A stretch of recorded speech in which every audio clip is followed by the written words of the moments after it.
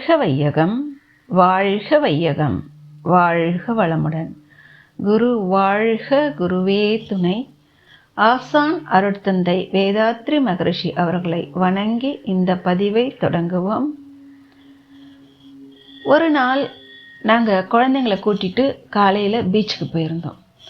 Sunrise பார்க்கலாம், பீச்சுக்கு போகணும் அப்படின்னு சொல்லியிருந்தாங்க. அதனால் குழந்தையெல்லாம் கூட்டிகிட்டு பீச்சுக்கு போயிருந்தோம். அன்னைக்கு பார்த்தா அலை ரொம்ப அதிகமாக இருந்தது. அலையோட உயரம் அதிகமாக இருந்தது. அடுத்தடுத்து அலை வந்துக்கிட்டே இருந்தது. எல்லாம் சொன்னாங்க, இன்றைக்கி ரொம்ப அலை இது அதிகமாக இருக்குது, அலை வேகம் அதிகமாக இருக்குது, கடலில் நிற்கிறது ரொம்பலாம் உள்ளே தள்ளி போகாதீங்க அப்படின்னு எல்லாரையும் சொல்லிக்கிட்டே இருந்தாங்க அங்கே உள்ளவங்கெல்லாம். அப்போது அந்த இருத்துட்டு அங்கே எல்லாம் விளையாடிட்டு இருக்கும் பொழுது நிறைய பேர் அமாவாசை தர்ப்பணம் கொடுத்துட்டு இருந்தாங்க கடலில். அப்போ தான் இன்றைக்கி அமாவாசை இல்லை, அதனால தான் இந்த அளவுக்கு கடல் அலை வேகம் அதிகமாக இருக்குது, உயரமும் அதிகமாக இருக்குது, அலையோட உயரம் அதிகமாக இருக்குது அப்படின்றத எல்லாரும் பேசிக்கிட்டாங்க. அப்போது ஏன் அமாவாசை பௌர்ணமி நாளில் மட்டும் இந்த மாதிரி கடல் அலையோட வேகமும் உயரமும் அதிகமாக இருக்குது அப்படின்ற ஒரு கேள்வி எனக்குள்ளே வந்தது. அதன் பிறகு வீட்டுக்கு வந்தோம். நல்ல வெயிலாக இருந்ததால் நானும் வீட்டில் இருந்த தானியங்கள்லாம் எடுத்து வெயிலில் காய வச்சேன்.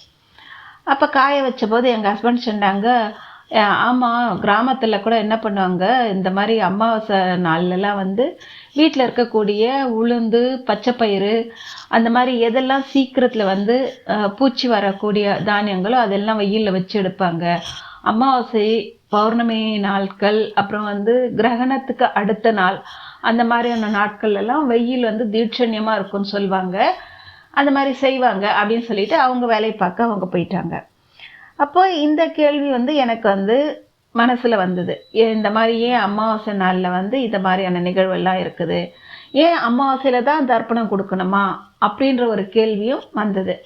சரி, சுவாமிஜி இதற்கு என்ன சொல்லியிருக்காங்க அப்படின்னு நம்ம பார்க்கலாம் அப்படின்னு சொல்லிட்டு நம்மோட சுவாமிஜியோட கேள்வி பதில்களை தொகுத்து வழங்கியிருக்காங்க இல்லைங்களா, நம்மோட முதுநிலை பேராசிரியர் மதிப்பிற்கும் மரியாதைக்கும் உரிய தாமோதரன் ஐயா அவர்களோட புத்தகத்தை எடுத்து நான் இதுக்கு பதில் இருக்குதா அப்படின்னு பார்த்துட்டு இருந்தபோது அதில் ஒரு அன்பர் இதே கேள்வியை கேட்டிருக்காங்க.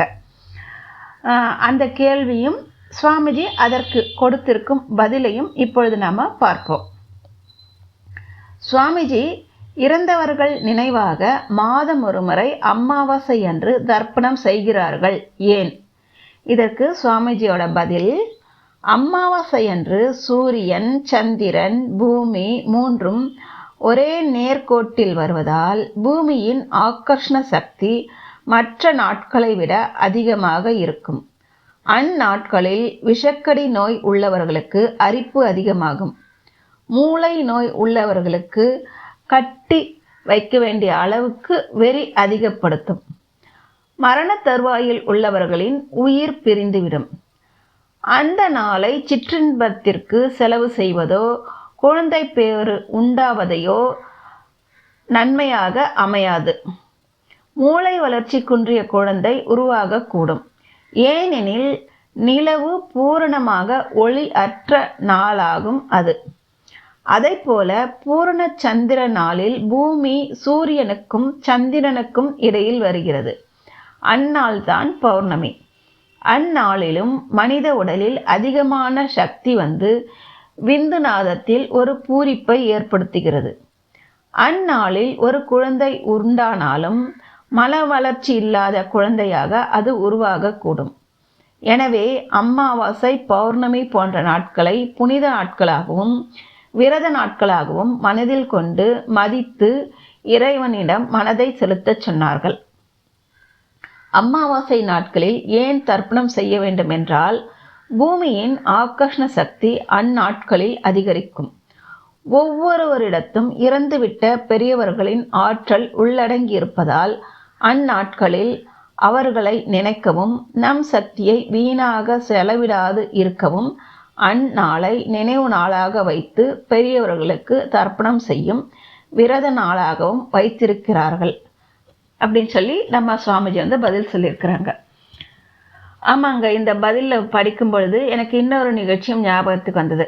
ஊர்லெல்லாம் சொல்லுவாங்க, ரொம்ப சீரியஸாக யாராச்சும் இருக்காங்க, உடம்பு சரியில்லாமல் சீரியஸான நிலையில் இருக்கிறாங்கன்னா, அப்போ ஊரில் இருக்கக்கூடிய நாட்டு வைத்தியரை கூப்பிட்டு வந்து பார்ப்பாங்க.